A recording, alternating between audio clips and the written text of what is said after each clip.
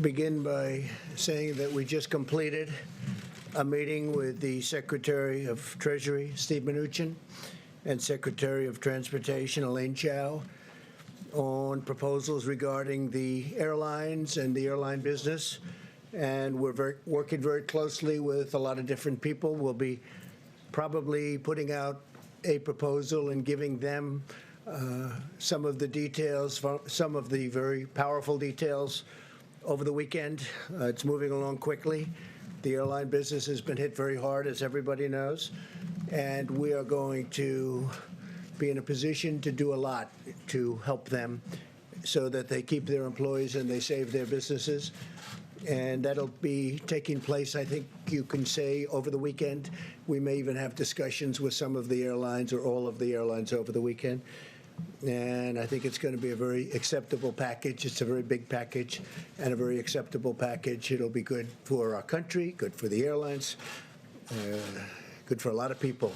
Likewise, I just spoke with the president of Russia, Vladimir Putin, and the king of Saudi Arabia, King Salman, and we had a big talk as to oil production and OPEC and making it so that our industry does well and the oil industry does better than it's doing right now. It's the numbers are so low that there'll be layoffs all over the world. There'll be certainly layoffs in this country. We don't want that to happen. We built a great energy business in the United States. So we have tens of thousands of jobs. We had a very good talk. We'll see what happens. But as you know, OPEC met today. And I would say they're getting close to a deal. We'll soon find out. So that was a conversation we just had. So we had a busy hour and a half.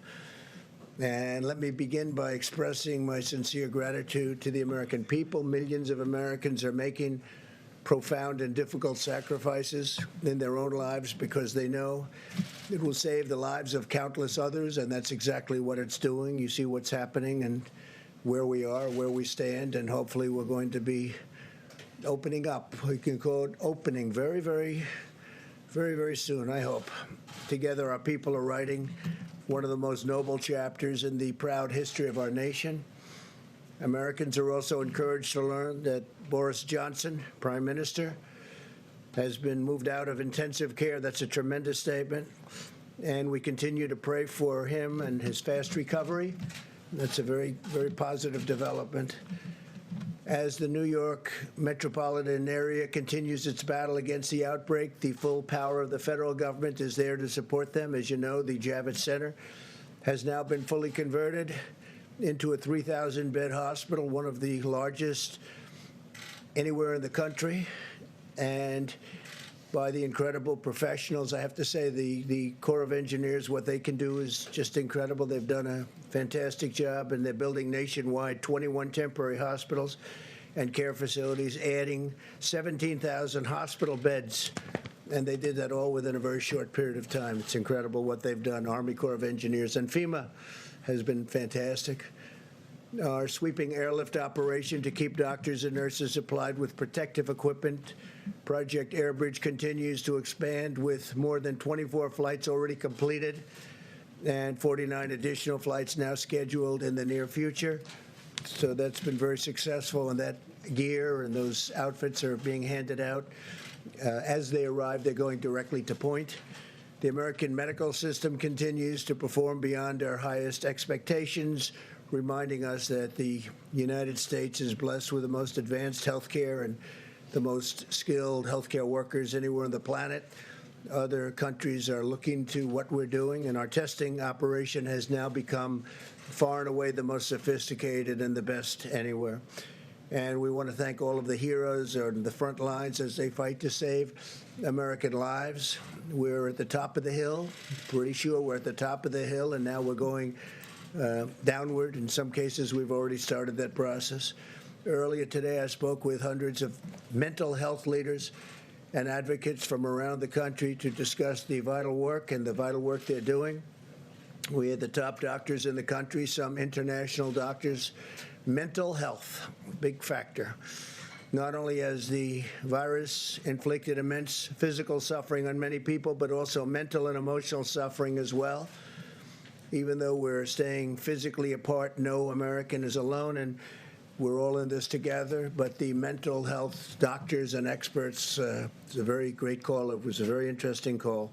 They're working very hard. We're also seeing encouraging signs in our race to develop breakthrough treatments and therapies. Pfizer revealed today that it has found a promising new treatment that might prevent the virus from replicating, and that it hopes to begin testing in clinical trials very soon. It's going to be very, very soon. They have great feelings for this particular therapy, and they think that a lot of good things are happening through the FDA's coronavirus treatment acceleration program. 19 therapies and treatments are now being tested, and 26 more are in the active planning or clinical trial. So we have 19 therapies being tested currently, and 26 more are in the active planning for clinical trials. That's a big statement. That's a lot. Trials for Gilead's anti-rival drug remdesivir continue, and the company has also expanded emergency use for new patients, getting good early results, by the way. The companies that manufacture hydroxychloroquine are massively ramping up production. As you know, many people are recommending strongly Z-Pak be added, the Z-Pak, and also zinc. And the federal government continues to build our stockpiles and distribute millions of doses for doctors to use as they see fit. And I'm pleased to inform you we're just having a lot of good things are happening, but we'll have to see how that all works out. But we've purchased and we have stockpiled millions and millions of doses, and we're distributing it. Some states want it very badly. Michigan, we just sent a lot to Michigan and other areas. I'm reporting today that we passed 2 million tests completed in the United States, first time, most anywhere in the country. It's a milestone for our country. It's a milestone anywhere. Nobody's done anywhere close. Our tests are highly sophisticated and highly accurate. At the same time, we're making important progress on the economic front of this war. In a few moments, Secretary of Labor Eugene Scalia will explain new steps that we're taking to ensure American workers swiftly receive unemployment and paid leave benefits, and that employers protect the health and safety of all workers, including essential workers on the job, working very, very closely with workers and with employers. To provide further economic relief, the Federal Reserve announced this morning that it will provide up to $2.3 trillion in support to businesses, states, and local governments. $600 billion in loans will be available for mid-sized businesses with up to 10,000 employees, and $500 billion will be available for states, counties with over 2 million residents, and cities with a population of over 1 million. My administration is also working with Congress to replenish the very successful, incredibly successful, the way it's going, Paycheck Protection Program, which is allowing hundreds of thousands of small businesses to keep their workers on the payroll, meaning it'll keep those businesses open.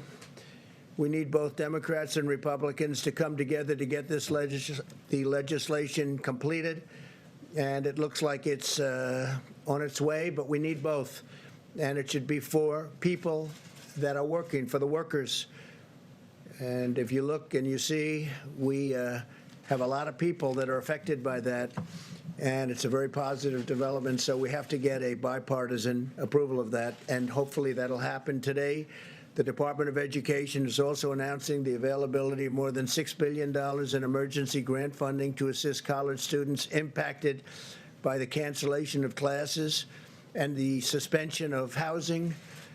A lot of people had a lot of things suspended. Housing is one of them. Previously, we waived student loan payments for 6 months. So student loan payments have been waived for 6 months, and we'll discuss it after that, may go further. Although this medical war has separated our citizens for a period of time, it's also united our entire nation. I think I can say, like almost never before, Americans are moving forward with common purpose and shared resolve, determined to vanquish the virus and lift our nation to even greater heights. We are supremely confident in the magnificent future that awaits the American people. And with that, before I invite our Vice President, our great Vice President, and Gene Scalia to speak, we'll take a few questions, and then I'm going back into negotiations on oil and on airlines. Yeah, please. Conversation with President Putin and the King. Yeah, I had a very good conversation. Did you organize that call, and do they understand the problems they're causing with the oil output? Yeah, no, there's so much production, nobody even knows what to do with it. That's how it's working. And Saudi Arabia, and as you know, Russia, it's well known that we're producing a lot, and they were perhaps fighting with each other over the production and the amount of oil being produced. And frankly, there's not enough room to even store it. Our storage is now full, going to be very soon. Our strategic national storage is, I said, this is a great time to fill it up, load it up with oil that frankly is at pricing that nobody's ever seen before. I don't think we've seen this probably since the 1950s. That was with big dollars. So we'll see what happens. The conversation was very good. They're getting close to a deal. That's OPEC and many other countries outside of OPEC, and we'll see what happens. Are they still fighting with each other? No, I think they were getting along very well. We had a very good call. I think it was a very good call. We're going to see what happens, but it was a very good call. They'll probably announce something either today or tomorrow, one way or the other. Could be good, could be not so good, but I think one way or the other. Go ahead, Jim. Yeah, Mr. President, how could the administration discuss the possibility of reopening the country when the administration does not have an adequate nationwide testing system for this virus? Don't you need a nationwide testing system for the virus before you reopen the country? We have a great testing system. We have the best, right now, the best testing system in the world. But there are certain sections, there are certain sections in the country that are in phenomenal shape already. Other sections are coming online. Other sections are going down. And we, in addition to that, are giving out millions of tests, and every day we're doing it exponentially. We're picking up, and what we'll be doing in the very near future is going to certain areas of our country and do massive testing. It's not necessary, but it would be a good thing to have. Don't you need that, though, Mr. President, to make sure people are safe going back to work? You don't want to send people back to the workplace. We want to have it, and we're going to see if we have it. Do you need it? No. Is it a nice thing to do? Yes. We're talking about 325 million people, and that's not going to happen, as you can imagine. And no, it would never happen with anyone else either. Other countries do it, but they do it in a limited form. We'll probably be the leader of the pack. Please. Mr. President, what do you say to the 16 million Americans, more than 16 million Americans who have lost their jobs in the last 3 weeks and fear that the economy won't just bounce back, like you said? Well, I think the economy is going to do very well. Now, that's just my feeling. It's a strong feeling. I've had good, proper feelings about a lot of things over the years, and I think we're going to do well.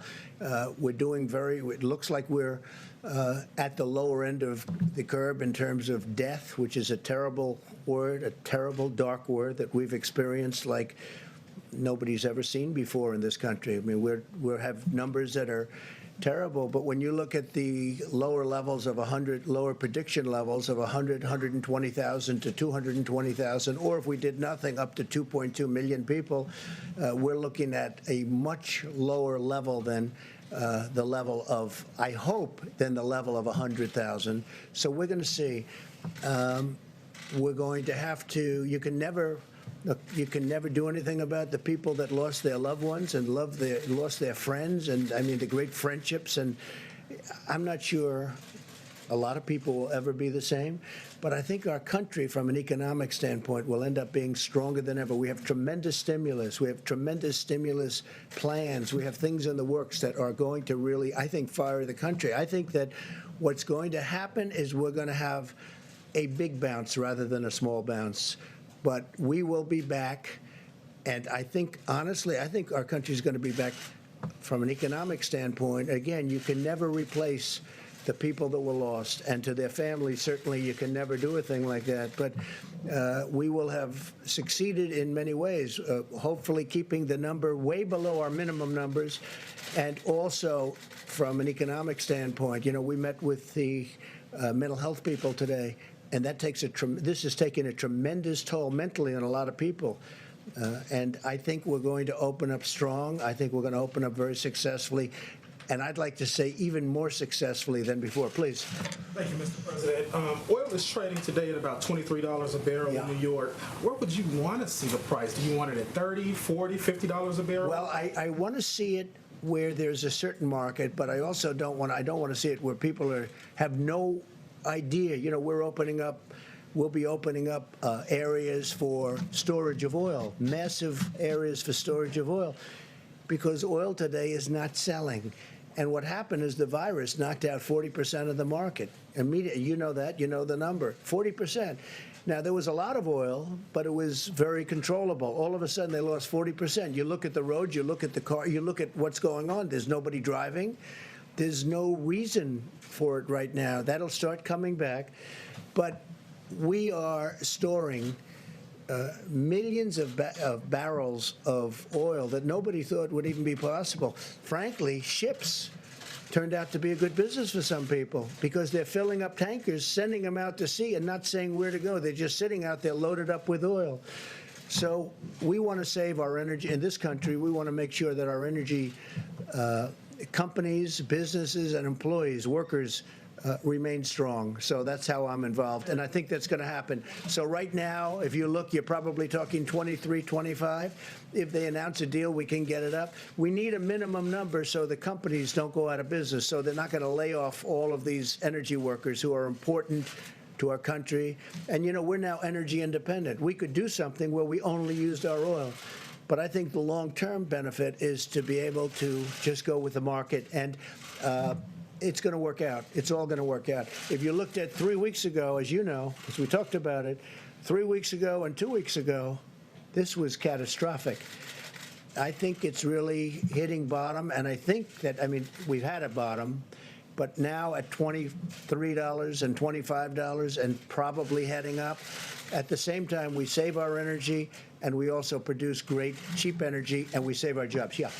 I want to ask you about the Paycheck Protection Program, because every day we're hearing from small business owners who are telling us that their banks don't know how to access this money, they're trying to apply, they can't figure it out. So where does the fault lie? Does it lie with the banks? I don't think there's a fault.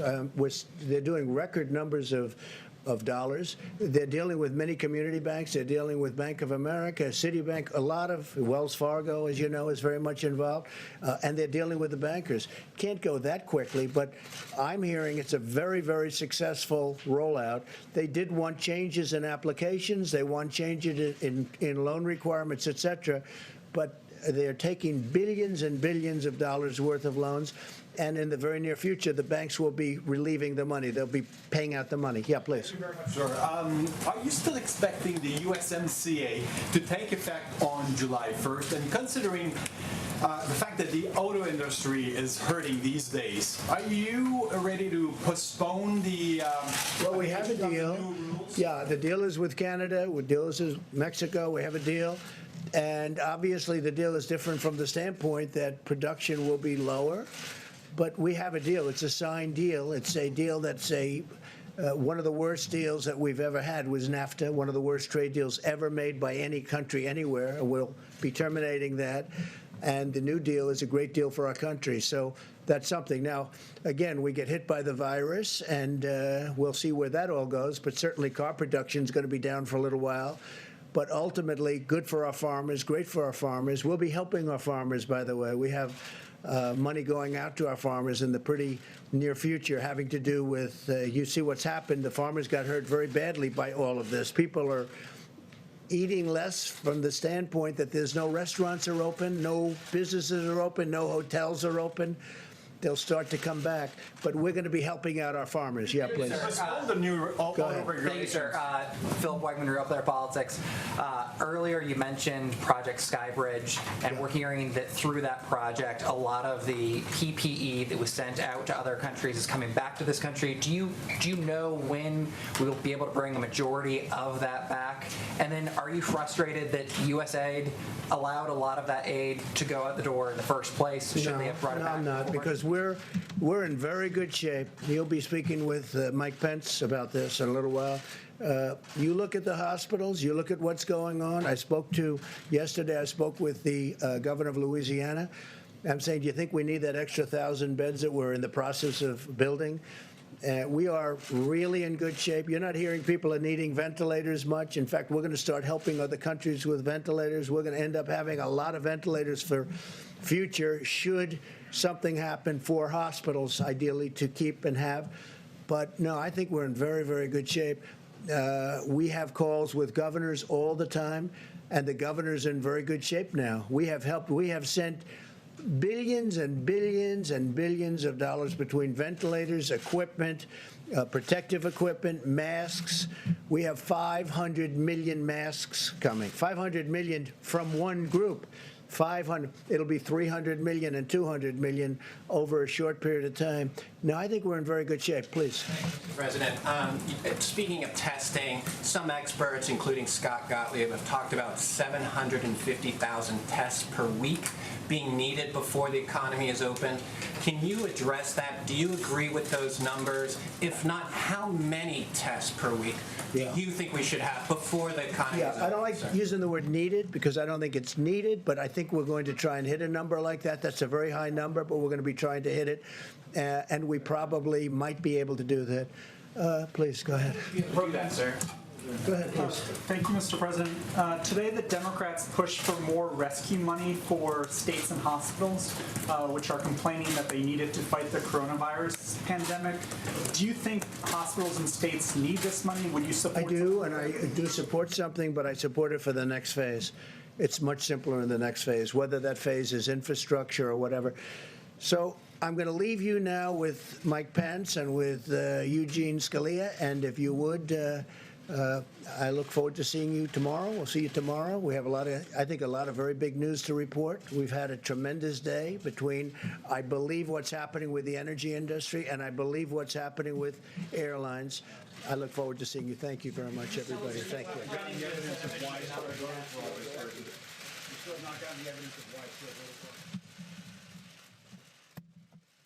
We will make America great again.